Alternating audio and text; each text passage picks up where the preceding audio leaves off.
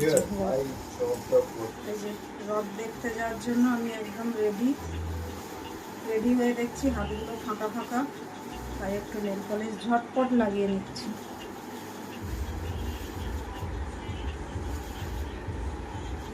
ওখানে প্রচুর গরম হবে, বিরাট কষ্ট হবে, জানি না। শাড়ি তো পরে নিয়েছি, কি অবস্থা হবে।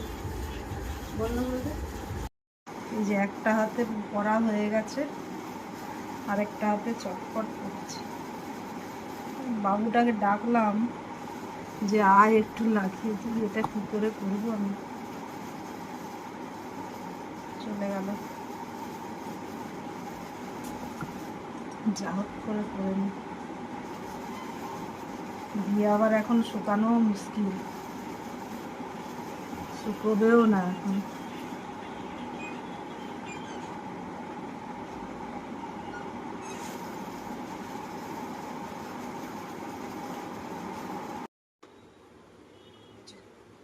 চটচট করে আলতা করে নিই, আমার পাগুলো অত্যন্ত বাজে,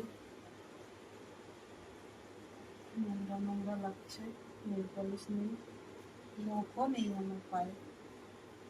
এরমভাবে একটু কাপড়ে করে তুলে নিই, আবার ব্রাশ দিয়ে জাতা কামড়ে।